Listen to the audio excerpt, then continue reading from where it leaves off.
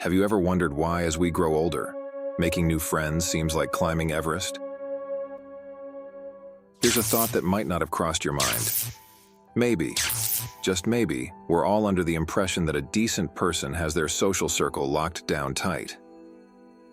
This chat we're diving into today isn't just any talk.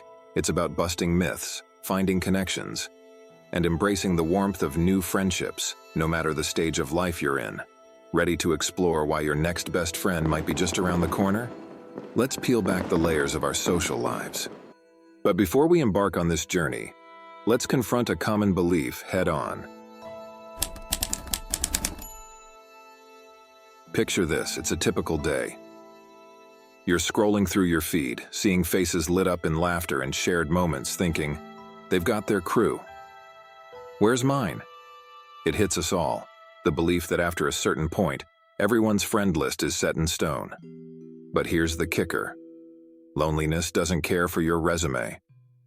That top-notch actor feels it. The pianist who plays your heartstrings, ditto. It's a universal script, with each of us starring in our own version of solitude.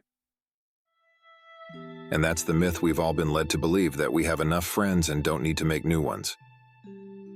But is that really the case?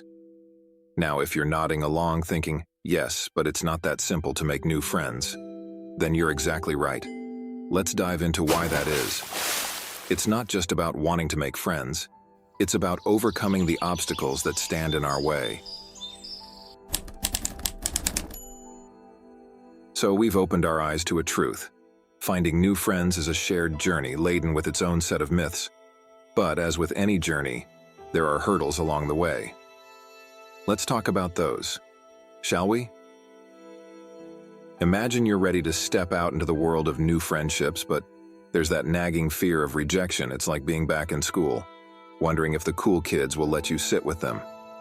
This fear can make us second-guess every step before we even take it. Then there's the matter of time.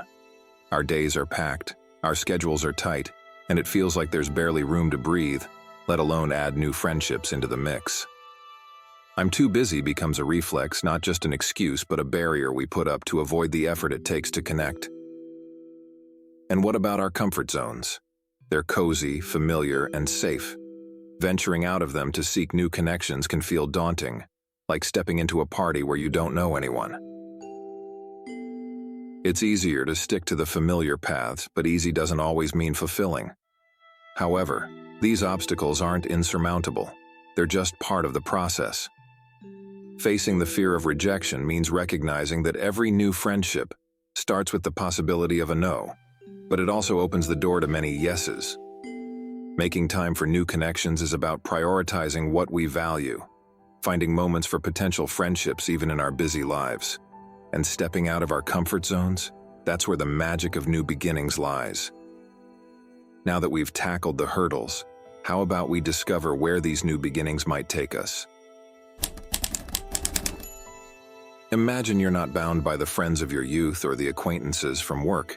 There's a world brimming with potential pals who share more than just a few interests with you. They too spend nights pondering over the same thing. Our story isn't unique, it's a shared narrative, reminding us that the quest for meaningful connections is a path we all walk. Curious about how these connections happen in the wild? Let's dive deeper into the heart of everyday life. Now, let's dig a little deeper into this idea, shall we? Picture this. It's a sunny Saturday morning, and you're out at the local farmer's market, not particularly looking for anything other than fresh produce. But as you chat with the person behind the stand about the best way to cook artichokes, you realize you're actually enjoying this talk way more than you expected. You see, it's these everyday moments, in places you might not think twice about, where friendships can start blooming.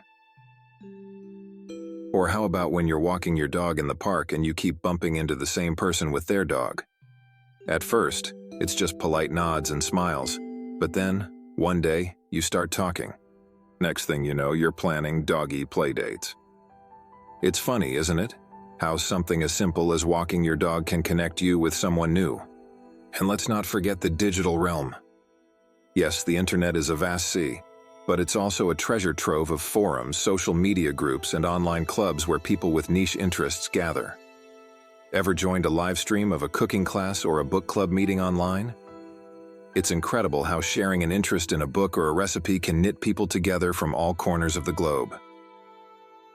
So, what's the moral of these stories?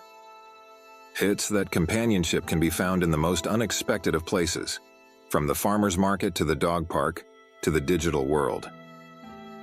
The key is to keep an open mind and remember that every person you meet has the potential to become a friend. Who knows, the next person you strike up a conversation with about the weather or the latest movie could share more than just small talk with you.